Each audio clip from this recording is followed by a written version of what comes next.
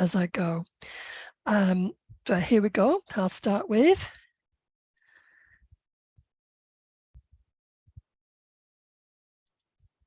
Okay. One of the biggest mistakes applicants make when applying for grants is to not quantify the need. To be able to clearly demonstrate the need for your project is vital to score high on the funding criteria questions. The numbers talk, but where do you find this data? I'm quite passionate about this because due to the impacts of COVID-19, at the end of last year, oh no, the year before now, I was getting a few inquiries from people.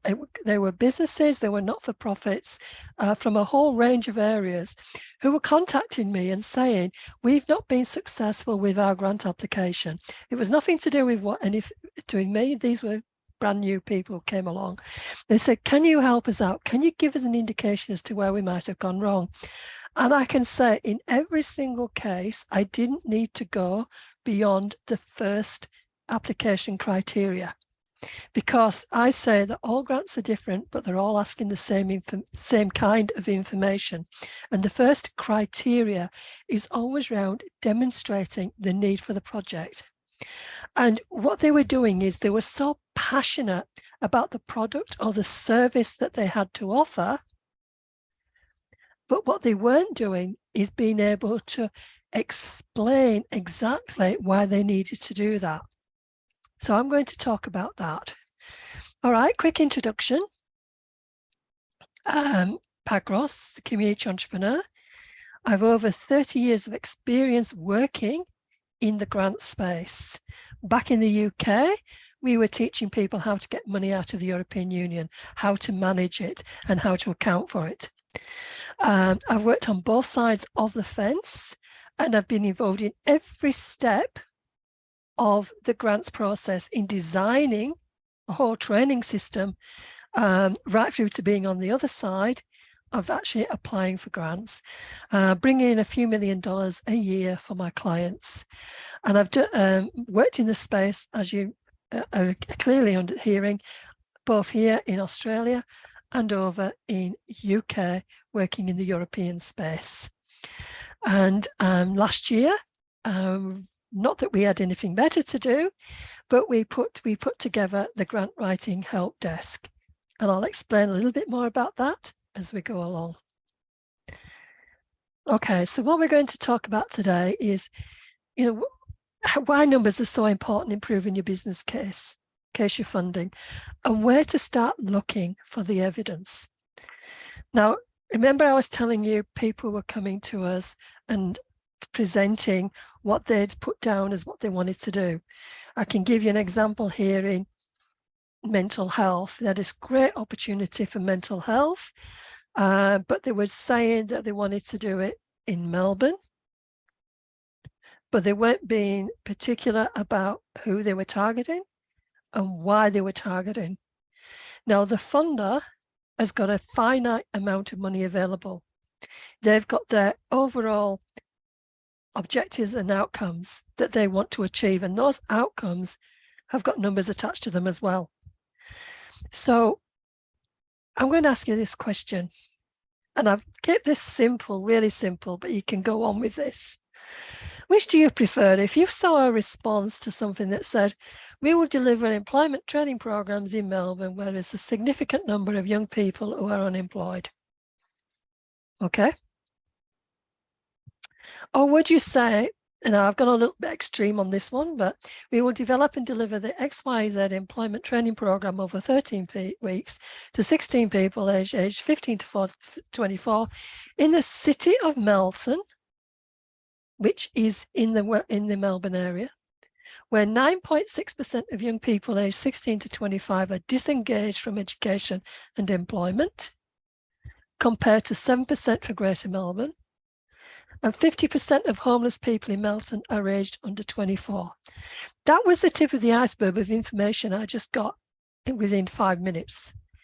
But then you could go on to talk about examples of young people in that area, maybe some conversations you've had with organizations, maybe even more in depth. There could be some research information out there, but you are trying to raise the need to fund your project above the project next door. So if you were the funder looking at these two examples, and I said that we will deliver employment training programs in Melbourne, where there's a significant number of young people who are employed, does not give you enough information. So if you were assessing, you would be wanting to, especially when the how you respond has also got to match what they want.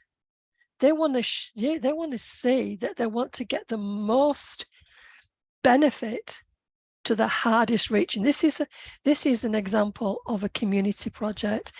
It could be the same with when you've got a training resource, or if you're out there and you're a business and you've got a product or service. You can talk about we want to out there there's a dire lack of whatever widgets, but I'm just coming up there. You can say that people are looking for new ideas or new tourism opportunities, blah, blah. But the answer is actually about that the tourism industry has suffered, in this area. This is the details, this is the data compared to these are the successes. And then you start bringing in figures to show that I've done this, in bushfire recovery, where tourism took a hit. We were able to get hold of tourism data before and after the bushfires, the economic impact that the fires had on the tourism in the area, in terms of employment, in terms of the shops, the local industry, all the rest of it. We put those into applications so they could see that the solution was going to solve a problem, and this problem had been quantified.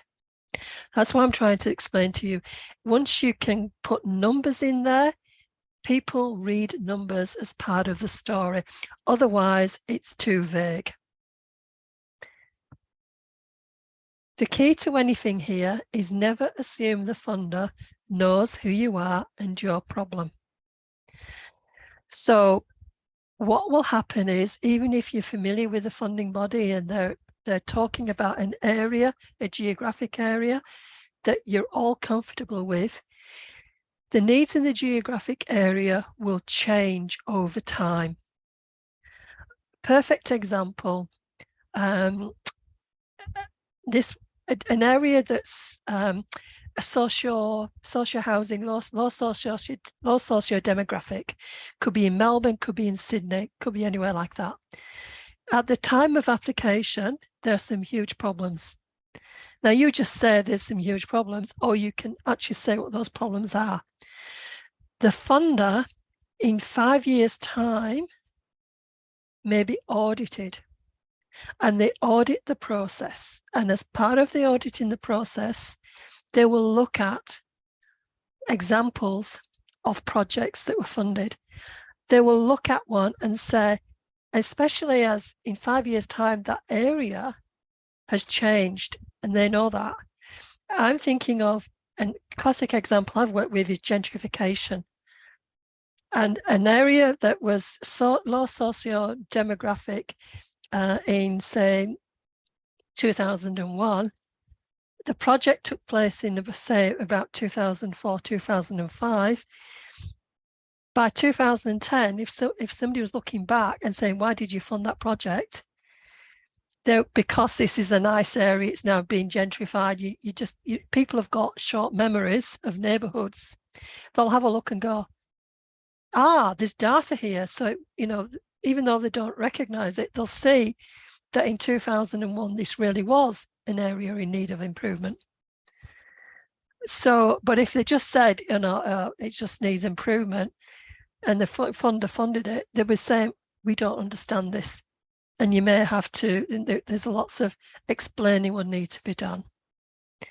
So even if the funder knows, they know that they still can't accept an application which is generic in nature, because they know in 5 years' time, there's a possibility they themselves might be audited. Okay, so it's great. Where on earth do you find this information? If you want to quantify what you want to quantify your argument, I've just put these examples on the slide, but I'm going to take the slide off and I'm going to put on a table, which I'm going to share with you all in the chat space that you can take it away. And I'll go through that quickly. This is some of the most, I said to you that I was able to find information within about 5 minutes. I'm going to share with you my main data sources, and whatever grant application I'm writing, I will be able to find some information that will be that help to quantify my argument. We know about the Australian Bureau of Statistics. There is ID profile, I explained that. REM plan, local government, state government, and research reports are the ones I've put on here. What I'm going to do now, if I can do this,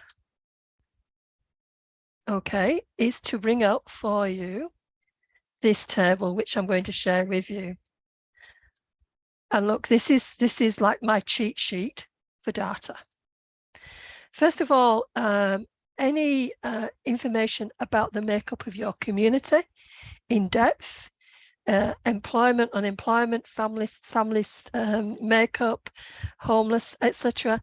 There is ABS community profiles, and I've given you the link for any community in Australia, whether it's a geographic community, or whether it's statewide, or whether it's Australia-wide. There is two, there's the community profiles and there's the quick starts. With community profiles, you can go really in depth. And if you're anal enough to do that like me, you get some really good information to back up your argument. There is a system called ID profile. Now, I'm not sure if you're familiar with this, but I'll just quickly show you ID profile. This is where my confidence I'm going to use, because I'm going to use the example of Melbourne. I'm going to bring up ID and then the region or area that you want to look at. Most, but not all areas in Australia are registered with ID profile. So I've just put in ID Melton, and immediately it's come up with profileid.com.au. I'll go in there, and this is the classic example for any community you find in there. Notice on the top here, we've got community profile, social atlas, population forecast, and economic profile. So it suits both community and business. So here, it breaks down. This is the latest ABS data and the 2016. So you can compare the change over the last 5 years. So what we're talking here is how old we are, and that's in by five-year groupings or groupings in terms of what they call service ages. So you can have groups, say 55 to 70, etc. Who we are, which is the background of people. Here, look at overseas arrivals, proficiency in English. So if you're working with multicultural communities, this is a good starting point. A starting point, I would actually go into the ABS community profiles, because there's some in-depth information for people who have arrived from overseas right from before the Second World War. There's religion, etc. Employment statuses, disengagement. So if you're working in a community or a personal space, you can look at disengagement by ages, young disengaged from employment and education. Youth young people disengaged, older people disengaged. So there's a whole sort of a lot of information that we can look in. Household sizes. I use lone households a lot, especially when it comes to older people, neighborhoods when you've got older people. How do you know some of this? This is another one, which is the social atlas. And this actually looks at the geographic area, and I've used this a few times. You know, it said these statistics and whatever, or lies and statistics, whichever you choose. You can actually pick, again, some information. Low-income households, I use that. And you can find certain neighborhoods within the geographic area you're looking at. And it'll give you, like, that says 7 households. Well, you can also say 46.7% of. Which one sounds impressive? You know, you could say that there's that's less than $800 a week. There are so many, you know, there's on the community profile, I'll probably tell you how many households in total in the area. But you can actually say, and in some parts of the area, this can be as high as 47%. So I'm saying you can manipulate the data to emphasize your argument. Obviously, you've got to do it ethically. But yes, and you can actually see certain areas. I've been working in City of Port Phillip, where you've got social housing areas, and it's some really interesting data in those areas where they've picked up on the map. So you can use the social. I think there's some there for youth, people with asthma, arthritis, diabetes. If you're working in the health space, there's a lot you can explore. There's population forecast for the next 20, 30 years. There's the economic profile.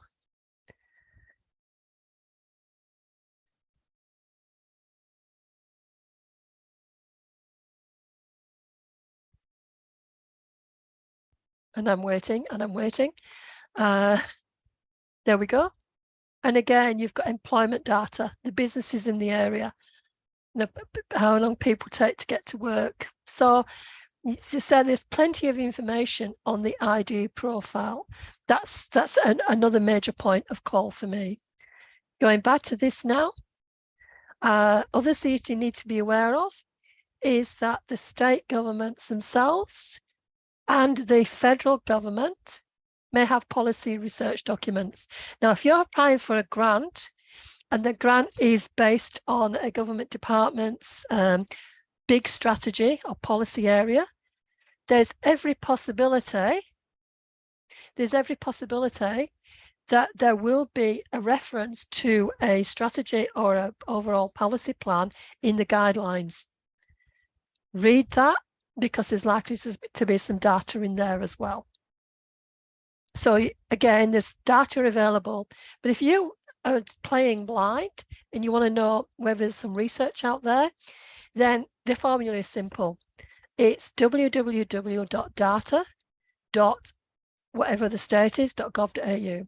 So vic.gov.au, nsw.gov.au, or simply data.gov.au if you're looking for some federal overarching research, because that will take you to each of the departments and their reports over time, the ones they've made available. So again, you can, you know, if you want to do some specific research, always, whether you're a business or whether you're a community project, I would recommend again, help with ID, one of your first ports of calls is the local council website, because every single council has got to have a council plan, so what their priorities are. They will have a health and well-being plan. They will have an economic development plan. They may have a youth plan. They may have an arts plan, depending what the priorities are. And for each of those areas, they will also have data that's specific to that local area, because every project is run somewhere geographically. Well, online maybe, that might be the thing. I won't say every, most are run with a geographic basis to them. So if you've got a project or an argument for a geographically based project, then you can use the data from the councils and the current plans are 2021 to 2025, so they're not out of date. Go in there. If it's, you know, emergency recovery, there are state emergency recovery plans. There are regional recovery plans, council plans, etc. If you can find them, there will be some data in there, and you're arguing back to the funder using their data that you're working to. So again, you're building your profile and credibility that you know what you're talking about. It's all right saying there's all this out here, but you then tying it back and you're telling them that you understand the issue, then your credibility goes up. Multicultural data projections, reports and plans. Again, multicultural departments. Social and health research reports. There's some really good ones out there with some of the philanthropic organisations and charities. They make commission reports that you can then use. Also, the primary health networks, which are across the whole of Australia, keep data, some better than others, in relation to mental health, in relation to food and diet, in relation to alcohol, drugs, all those social parameters. You'll find some data there, and therefore that helps you to quantify your argument as to why there's a real need in that area at that time. Industry and employment, there's like an alternative to ID profile called REMPlan. And again, there's not as many council areas involved, but that will give you some good economic data and job data. And then, of course, if you are in a economic or business, then there may be industry reports for your industry. So there's a lot of information out there that you can grab data from. I call it secondary information, because it's already there. It's desktop information that you can access. You just need to know where to find it. And after this presentation, I will share this to the space. Right, okay. So let me put this back and fingers crossed it's working. Sorry, I've got pens in front of everything. Okay. Is everybody still with me? Right. Okay. I talk about a couple of things. I haven't put this on here, but if you're going to do a first of all, if you're going to quantify something, talk about peeling the onion. Because I did that. Somebody came to me and said, I've got an idea, I want to do this. And I said, why? And they gave me their why. And I said, why? And by the time they finished answering the why, we got to the real need. And that's when we started to put the data to the real need. Okay. Right. This is what I call the identification of needs. So the external data is the data I've just given you, or where to start looking. Government policy and plans and local councils, I've given you that. Research, I've given you that. This is the interesting bit, the two fingers here. Internal data and feedback. You've probably got some information within your own organization. And the evaluation, stakeholder feedback, information from your programs that you've already been running in the past or still running. And I found that a frustration with some of my client base, because they could have some really good data, especially if they're working in the volunteering space, and they've gone out there and they're already accessing older people, families, whoever, but they are not collecting. They know there's the problem out there, but they're not collecting the data that actually demonstrates that knowledge. Therefore, when it comes to applying for something, we're back to that first sentence, basically saying, we want to improve the situation for blah, blah people. We know it's there because we've had our volunteers feed it back. But actually, if you had more information about there to say that 50% of the clients we visit tell us this, then that's more, that reinforces the argument.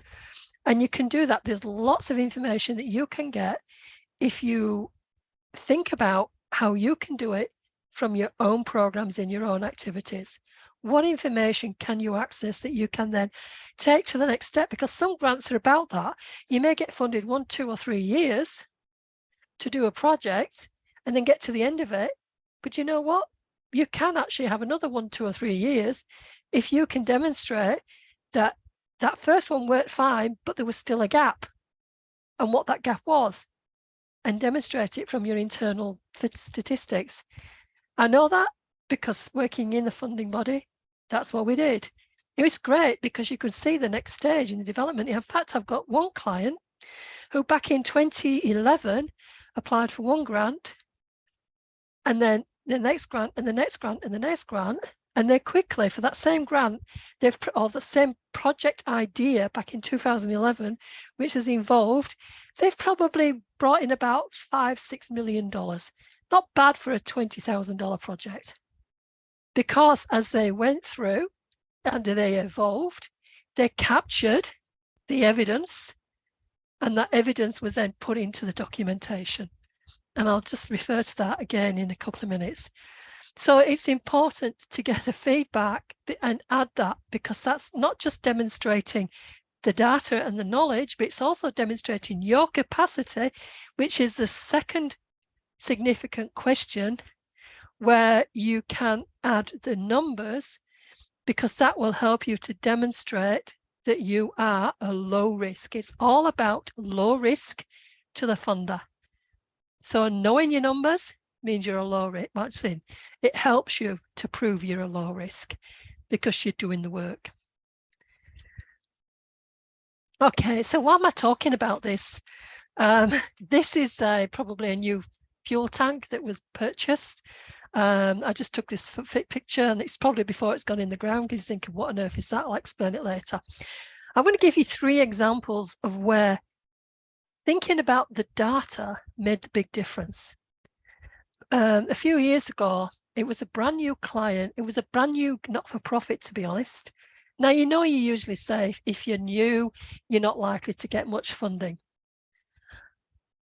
We blew that out of the water, literally blew that out of the water, because we demonstrated there was a real need. It was working with African youth in the Melbourne area. In fact, I think it was over in Melton as well. That's probably why I've got Melton on the brain. And we looked at the data, and there was, newspaper reports about problems, but we couldn't find anything that really sort of highlighted what the real need was. We could have gone to the elders, but then you'd get involved in some politics, possibly, with a limited time frame. What my client did is he went out and he found 267 African young people. We designed a series of questions, and he interviewed them. And then I was in Melbourne for something. I was in a motel. He drove up with his wife, knocked on the door, threw the book at me and said, do something with that. So we actually compiled the report, and we used it to help demonstrate the need, because we got the wants and needs and feelings and the reactions of these young people, because it was a minority that were, it's always the minority that spoil it for the majority. But these people really wanted, they wanted to prove themselves. And so actually we submitted this report with the application, and the report was accepted. It was fine. It was credible. And it was data that they didn't already have. So you can, you get out there and ask the questions. The second example, when I think I've just mentioned, I've touched on gentrification. This project that was about $20,000, which has brought in millions since. When it was a couple of sort of hesitant, grant rounds, 20,000, 30,000. Then we decided to go for a big one. And we weren't sure. It was a very, very competitive round. It was actually condensing 3.5 billion down to 800 million across a whole range of community sectors. It actually was a disruptor in its time, was this whole grant scheme.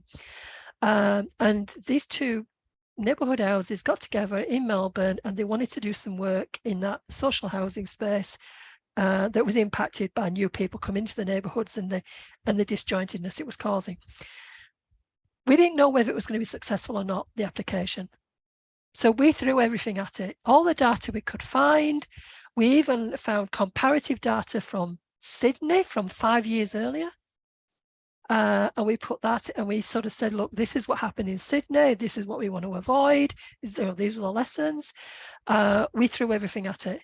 And also for the, why you, the question about your capacity to deliver, we also did the same. We threw everything about that. All the groups that these houses were working with, and the experiences, etc., because they were all relevant, because we're talking about that group they were targeting. They got the funding, but they also got a letter actually congratulating them on their response to those 2 questions. And those 2 questions were basically based on having done the homework and got the data. We threw everything at it within the word limit. And then the third one there, I think this is probably, it's going to stick with me for the rest of my life. And that is, it was actually Corio after the bushfires. Again, a competitive round. And I was invited by the fuel company to help them put an application together. We got 27 pages of letters of support. And they weren't just generic letters. They were coming from the emergency services, all of them, health services, politicians, community organizations that were all involved in to some degree or affected, tourism groups, but most of them had data in those letters of support. How many hours that the police cars were traveling around in the midst of things, etc. This was all in the telling the story. So even though we had a limit on the word count, and we did actually get a lot of data in there, there was a lot of data that was volunteered to us in those letters of support, which did me a great deal of help, because I was just able to transfer some of that data into the application form. So again, if people out there, the other organizations may have the data or examples of it could be case studies, because that's data as well. And the best place to put the case studies is in those letters of support, because people read them and they'll get the emotion. So there's 3 examples of really, really effectively using the data. So what is the future? It's interesting. I've been having conversations with people in the government space, but also I worked for 3 years in Victoria training people on measuring impacts. What they're looking for to really take things to the next level is what I call the ripple effect. So you might train 15, 16 people. The outcome is they get a job, but then what's the ripple effect? What's the impact of them getting a job? The impact of getting the job is they may find find a home, move out of home. So they may, it might be their homeless figures. Remember in that earlier example, I put slides, so a percentage of the people in that area were homeless, 50% or something. Well, you put a youth under the age of 24. Well, an impact of that is that if they've got a job and they sustain the job, then they're going to be more likely to find somewhere to live. And if they find somewhere to live, obviously that's going to have an impact on the homeless figures. So if you start sort of thinking out the square, what's the impact? If I get this right, if we get this right, what difference is it going to make? What change is it going to make to the other problems? So again, you can just sort of feed the argument by giving them some that actually match or correlate to some of their other issues. But it also demonstrates, because you're thinking about it, it demonstrates the evidence of your capability to deliver the project because you're thinking. There is program logic that, say, the federal government issues these days, which is a template which talks about your inputs, your outputs, your outcomes, short, medium, and long term. So there's some documentation that can help you thinking in this process. And then key to all of this, because there's lots of data that just goes wasted because it's not collected, is your own internal data. Evaluate your own programs, how successful they've been.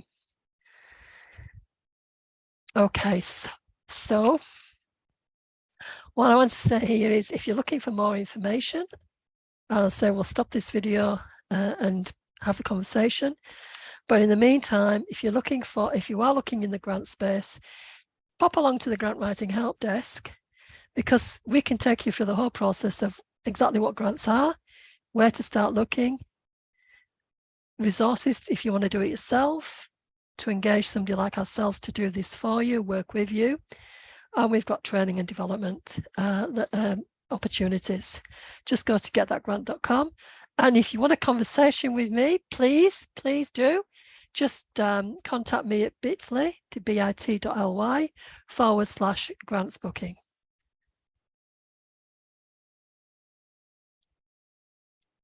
Okay, so I'm going to